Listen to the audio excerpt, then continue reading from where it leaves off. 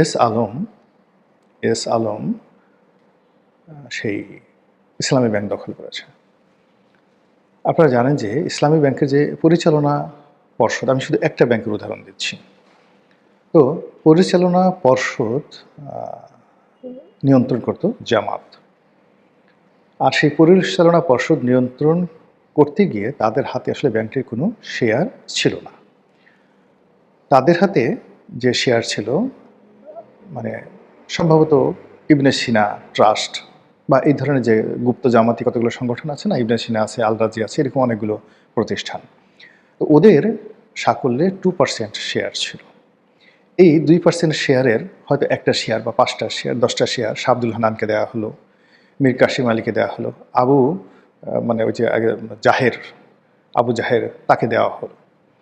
তারা এটার ভিত্তিতে বা এটার উপর ভিত্তি করে ব্যাংকের বোর্ডের চেয়ারম্যান হয়ে গেলেন। তারপরে চেয়ারম্যান হয়ে যত নিয়োগ, বদলি, লোন, স্যাংশন, ব্যবসা বাণিজ্য যা কিছু আছে সব কিছু এই ইসলামী ব্যাংকের মাধ্যমে তারা করেছে। করে এই ব্যাংকটিকে মানে তারা সবচেয়ে বেশি বেনিফিট করত। মধ্যপ্রাচ্য থেকে রেমিটেন্স আসতো, বেশি বিনিয়োগ করতো, কিন্তু স্টাফদেরকে তারা সবচেয়ে কম বেতন দিত। দ্বিতীয়ত হলো ইসলামী ব্যাংকে অন্যান্য ব্যাংকের যে জনবল ছিল সেই জনবলের ঘাটতিও ছিল। মানে একজনকে দিয়ে 1.5 জনের কাজ করানো হতো, ক্ষেত্র বিশেষে 2 জনের কাজ করানো হতো।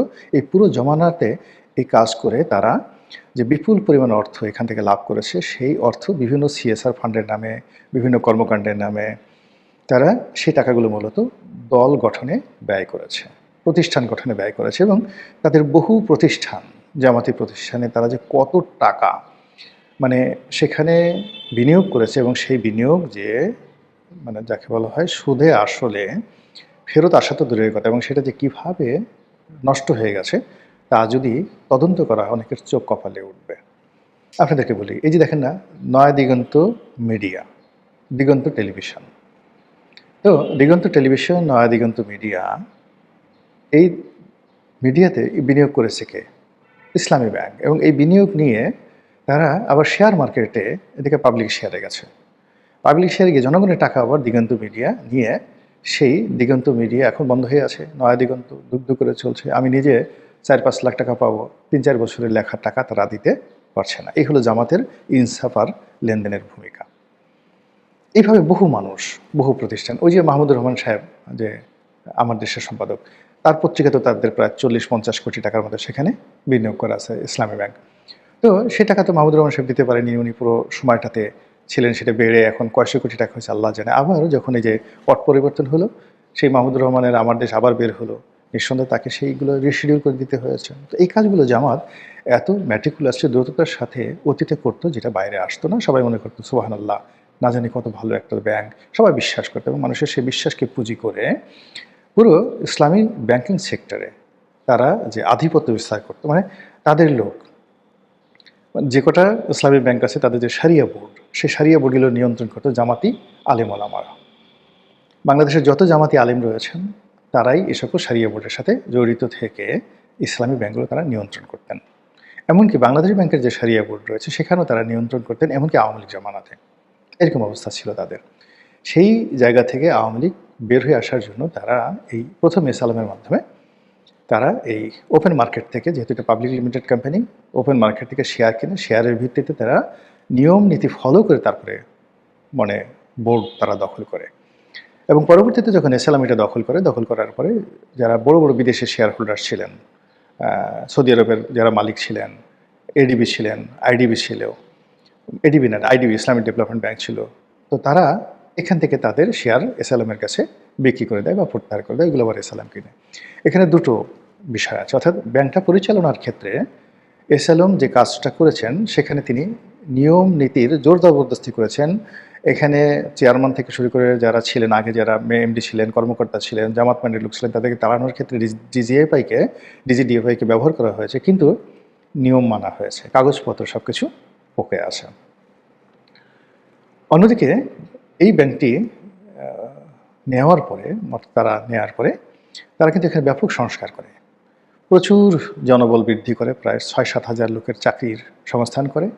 বলা হয় এগুলো বেশিরভাগই চট্টগ্রামের এসআলমের লোক, তো এসআলমের ব্যাংক এসআলমের লোক নিয়োগ দিবি, এখানে তো গোলাম মোল্লা রনির লোক নিয়োগ দেবে না, এটা কেউ দেয় না। দ্বিতীয়ত হলো তারা সার্বিকভাবে ওই জামাতের যারা কর্মকর্তা তাদেরও কিন্তু বেতন ভাতা অনেক অনেক অংশে তারা বৃদ্ধি করে এবং ব্যাংকিং ব্যবস্থায় তারা অনেক আধুনিকায়ন করে। যে জিনিসটি তারা মানে করেছে সেটা হলো এখান থেকে প্রচুর টাকা এস আলম যা বিনিয়োগ করেছে তার কয়েক গুণ টাকা তারা এখান থেকে বের করে নিয়ে গেছে, এটাই অডিটে প্রমাণ হয়। এখন এই কাজটি এস আলম কীভাবে করেছে? সেই টাকা নিয়ে কি দেশে শিল্প কলকারখানা করেছে, কিংবা ইসলামী ব্যাংকের টাকা দিয়ে কি ফার্স্ট সিকিউরিটি ব্যাংক কিনেছে, আবার ফার্স্ট সিকিউরিটি টাকা দিয়ে কি সোশ্যাল ইনভেস্টমেন্ট ব্যাংক কিনেছে? এরকম কাজ করেছে কিনা সেটা ফার্স্ট প্রশ্ন। দ্বিতীয় প্রশ্ন হলো যে এই টাকাগুলো নিয়ে বাংলাদেশে সে শিল্প কলকারখানা স্থাপন করেছে কিনা। আর আশঙ্কা হলো এই টাকার যে বিরাট অংশ তারা রাজনৈতিক টাউট বাটপারকে ভাগাভাগি করে দিয়েছে কিনা, আর দেশের বাইরে কত টাকা পাচার করেছে।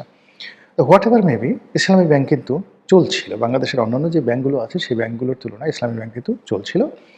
তো এই যে যখন শেখ হাসিনার পতন হলো তখন এই ইসলামী ব্যাংকগুলোকে যেভাবে রাতারাতি জামাতের লোক উইদিন 24 আওয়ার্সের মধ্যে দখল করলো, সেখানে না নিয়ম না কানুন না কোনো কিছু, এবং সেখানে যে প্যানিক তৈরি করা হলো যেটা ব্যাংকিং সেক্টরে স্বাধীনতার পরে এখন পর্যন্ত হয়নি। এবং এটা অসাধারণ সিন্ডিকেট করে, অসাধারণ সিন্ডিকেট, বাংলাদেশ ব্যাংকের গভর্নরকে তারা কবজা করে ফেলল। এবং গভর্নর এই জামাতের হুকুমের বাইরে, জামাতের ডিজাইনের বাইরে একটা সিদ্ধান্ত নেয়নি। এবং এই ব্যাংকিং সেক্টরে 5টা ইসলামী ব্যাংককে একত্র করা, সম্মিলিত ইসলামী ব্যাংক নাম দেওয়া, এবং এস আলমের যে ইসলামী ব্যাংক এবং অন্যান্য যে ইসলামের ব্যাংকগুলো আছে সবগুলোকে জামাতের করায়ত্তে দিয়ে দেওয়ার জন্য যা যা করা দরকার মানে হাসান এস মনসুর সেই কাজগুলো করেছেন। এবং এর কারণে তিনি দুবাইতে কী পেয়েছেন, তার মেয়ে কী পেয়েছে, এগুলো নিয়ে বহু গল্প আছে, বহু কাহিনী আছে। এগুলো তদন্ত হচ্ছে এবং আগামীতে আরও তদন্ত হবে। কিন্তু যে জিনিসটি হয়ে গেছে সেটা হলো যে তারা এই ব্যাংকগুলোকে চাকরিচ্যুতির মাধ্যমে, সালামের যে সমস্ত লোকজন ছিলেন একেবারে টপমোস্ট যারা সিনিয়র ছিলেন তারা থেকে শুরু করে একেবারে নিচের যারা আছেন তাদেরকে রীতিমতো খালি করে দিয়ে পুরো ব্যাংকিং সার্ভিসটিকে এখন প্রশ্নের মুখোমুখি করে দিয়েছে। ইসলামী ব্যাংকটা চলছে, কিন্তু অন্যান্য যে 5টি ইসলামী ব্যাংক যেগুলো একীভূত করা হয়েছিল সেগুলো কিন্তু চলছে না, একটাও চলছে না। সেখানে কোথাও ফার্স্ট সিকিউরিটি ব্যাংক লেখা আছে, ওখানে সোশ্যাল কি ইনভেস্টমেন্ট ব্যাংক নাকি যেন লেখা আছে, ইত্যাদি লেখা আছে। কিন্তু তারপরে রাজবাংলা ব্যাংকের বোধহয় তারা নিচে, বা এক্সিম ব্যাংকও তারা সেখানে তার মধ্যে ঢুকিয়ে ফেলেছে। তারপরে এই যে এই ব্যাংকগুলোর সামনে, ব্রাঞ্চগুলোর সামনে নতুন সাইনবোর্ড টানানো আছে। ঈদের সামনে গিয়ে দেখলাম না আছে লোক, না আসার জন্য ওখানে গিয়ে 2000 টাকাও কেউ তুলতে পারছে না। কিন্তু এর যে বোর্ড যা কিছু আছে সব কিন্তু মানে জামাতের প্ল্যানে হয়েছে।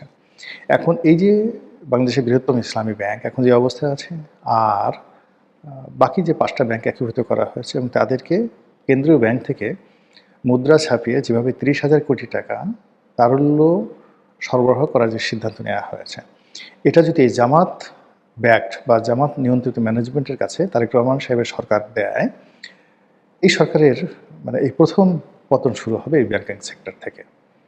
এটা তারা বুঝে গেছে। বুঝে যাওয়ার ফলে তারা কি করেছে, একেবারে তড়িঘড়ি করে, মানে ঢাকা বিশ্ববিদ্যালয়ের ভাইস চ্যান্সেলর কিন্তু জামাতের ভাইস চ্যান্সেলর, তাকে রেখে দিয়েছে।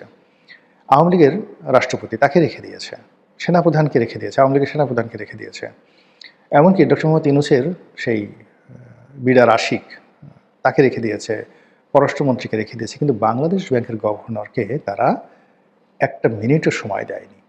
মানে উনি যে একটা কাগজ ওখান থেকে নেবে বা কাগজপত্র গোছাবে এই সুযোগ তাকে দেওয়া হয়নি।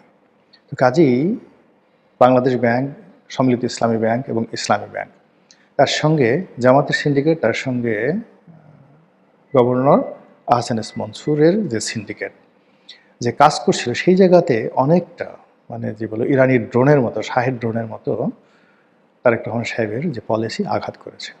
সেই আঘাতে মানে সব কিছু তছনছ হয়ে গেছে। এবং সেখানে যেভাবে নতুন গভর্নর বসছে, এটা সারা বাংলাদেশে হইচই পড়ে গেছে। সবাই প্রথমে সমালোচনা করেছে, আমিও করেছি।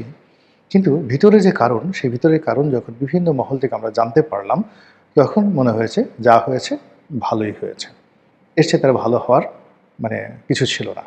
তো যাই হোক, এখন নতুন গভর্নর তিনি সিদ্ধান্ত নিয়েছেন, যেহেতু এখানে তিনি যে সিদ্ধান্তগুলো নেবেন সেই সিদ্ধান্ত রাজনৈতিক সিদ্ধান্ত, সেই রাজনৈতিক সিদ্ধান্তে তিনি বলেছেন যে ইসলামী ব্যাংকগুলো বা অন্য কোনো ব্যাংকে আগের মতো পারিবারিকভাবে চালাতে দেওয়া হবে না।